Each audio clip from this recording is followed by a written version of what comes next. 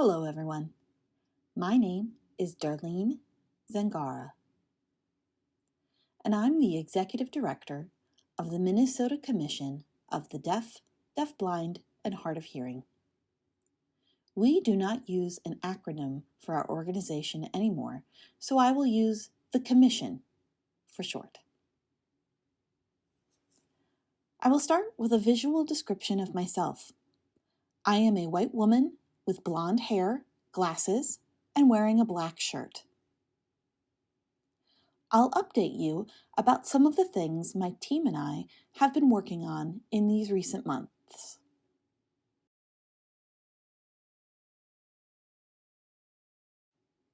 Interpreting Forward 2030 updates.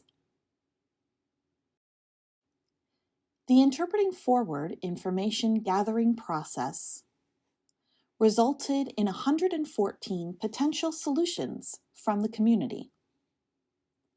Right now, we are working on a new website that will be released shortly. The website includes ASL videos with captions and voiceovers. Community members will be able to comment on any of the 114 potential solutions and make recommendations on which potential solutions to pursue. Some solutions are easy and will take only a short time to complete them, 6 months or less. We can call them the low-hanging fruit. Some are midterm, meaning it will take a few years to accomplish them. Other solutions are long-term, which means they will take many years. Some work that is low-hanging fruit has already happened or is in progress. Here are a few examples. 1. The Minnesota Registry of Interpreters for the Deaf, MRID, has established an ad hoc Interpreting Forward committee. This was voted on during the October 2024 MRID conference. 2. The Star Tribune article on Interpreting Forward was published, generating attention and interest to the issue of improving the quality and quantity of interpreting services in Minnesota. 3. The Commission ran radio and television ads on interpreting training program recruitment from July to September of 2024. 4. The Minnesota Department of Education has a DHH advisory group. Group members are focusing on educational interpreter solutions. 5. Deaf, DeafBlind, and Hard of Hearing State Services announced they are hosting a BIPOC interpreter workshop with the goal of recruiting more BIPOC interpreters into the field. 6. The Commission worked with DEED, D-E-E-D, to create an ASL video about the Employer Reasonable Accommodation Fund, ERAF. The soon-to-be-released Interpreting Forward website will also be used to communicate about the activities that are taking place and to encourage individuals and organizations to participate in the solutions.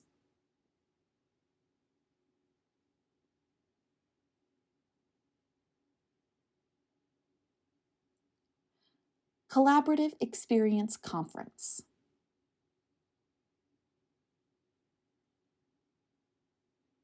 The Collaborative Experience Conference was a great success.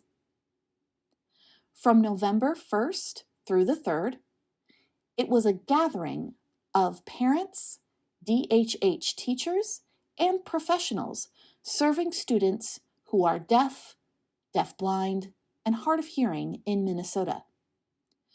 We networked and learned new things together. We received fantastic feedback from conference attendees, and we are already excited for the 2026 Collaborative Experience Conference. Here are a few quotes from conference evaluations. Quote, "It was amazing to meet other parents at the event.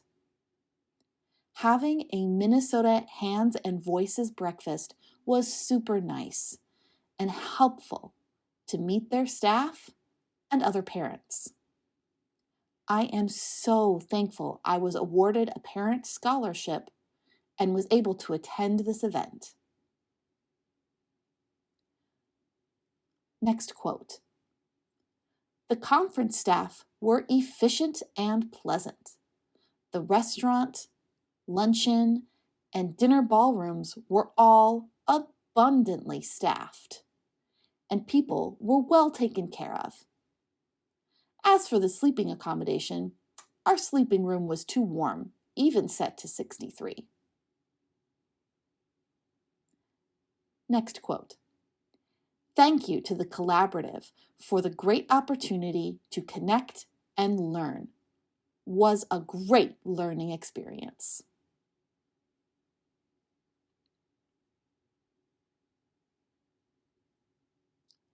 Voters Outreach Season.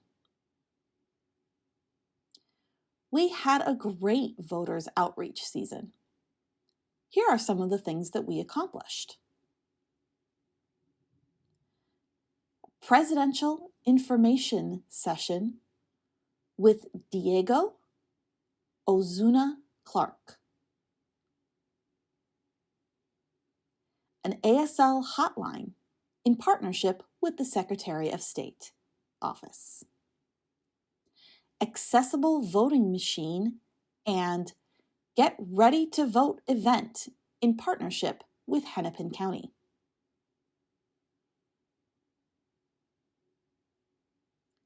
DeafBlind in-person helpline for voters' questions. Voter 101 online workshop with the Secretary of State's office.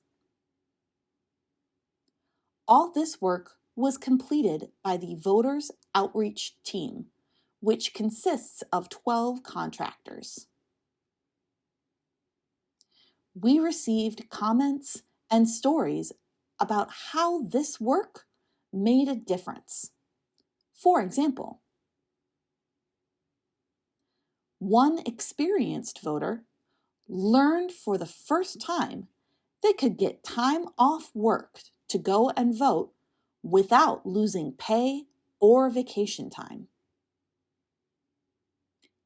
In addition to callers from Minnesota, we received calls from individuals from other states since they did not have an ASL voters hotline in their state. 3 first-time voters registered to vote at our Get Ready to Vote event. Several attendees at the presidential information session commented about how they learned something new from Diego.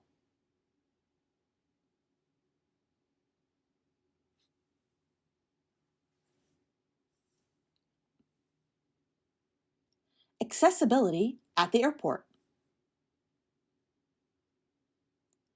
In October, the Metropolitan Airports Commission, MAC, announced 2 new pilot technologies available at the Minneapolis-St. Paul International Airport, MSP.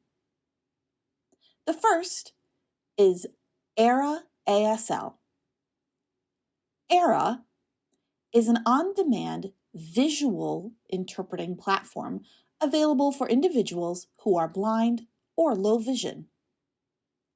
They recently expanded to provide on-demand ASL interpreting. ASL users can use the ERA ASL app on their personal devices at no charge while traveling at MSP.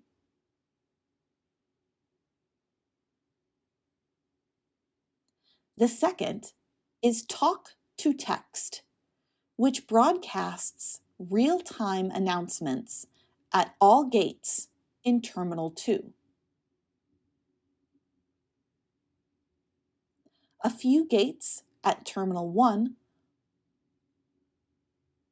also have this technology, and there are plans to add Talk to Text at additional gates. I want to thank the members of the Travelers with Disability Advisory Committee, TDAC, for their advocacy and the staff at MAC and MSP for their commitment to serving travelers with disabilities. I especially thank Andrew Palmberg for representing the Commission at TDAC.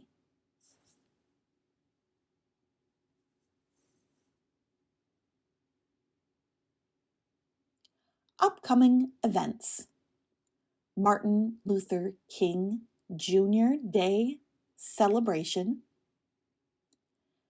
and public policy Q&A session. Save the date! There will be a Martin Luther King Jr. celebration on January 20th, 2025. We are working with the Governor's Council on the MLK Jr. holiday to provide a cultural and accessible experience for all. The Commission's contractors will be working at the event to welcome all deaf, deafblind, and hard of hearing participants. At the time of this filming, the event site is not yet live. However, we will share more information about this event as soon as it is public.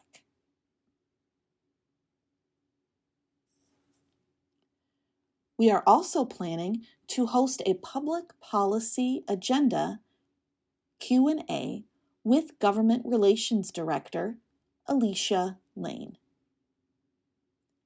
This will take place on January 18th, 2025. We will soon send out a separate announcement about this event. Simultaneously, I will be representing the Commission at the Hearing Loss Association of America Twin Cities Chapter meeting on January 18th.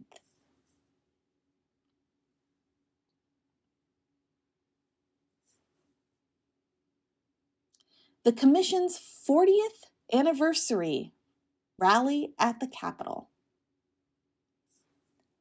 As you know, every 2 years, we do Lobby Day during budget years. This year, we decided to make some changes. With our experience managing the Collaborative Experience Conference, and with it being so close to Lobby Day, we decided to move our Lobby Day to policy years. This allows staff to give the needed time and attention to adequately support both major projects. This year, we will not have Lobby Day, but we will have a rally. The rally will be the kickoff for the Commission's 40th anniversary celebration. Come, join us in honor and celebrate the 40 years of work the Commission has done in partnership with the community. More information to come soon.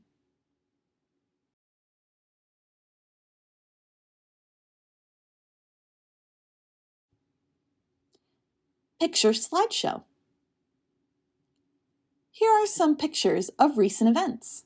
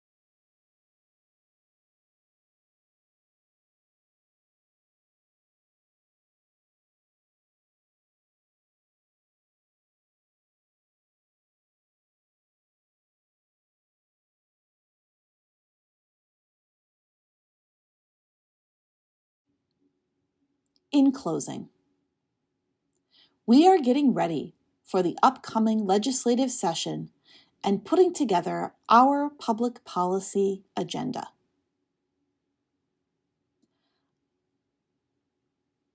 Our board meetings are open to the public, and I invite you to attend.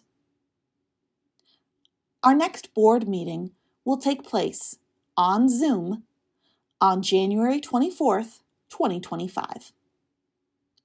Our event calendar will be updated with additional information, but we reserve time to discuss our public policy agenda, which will be presented by Alicia Lane.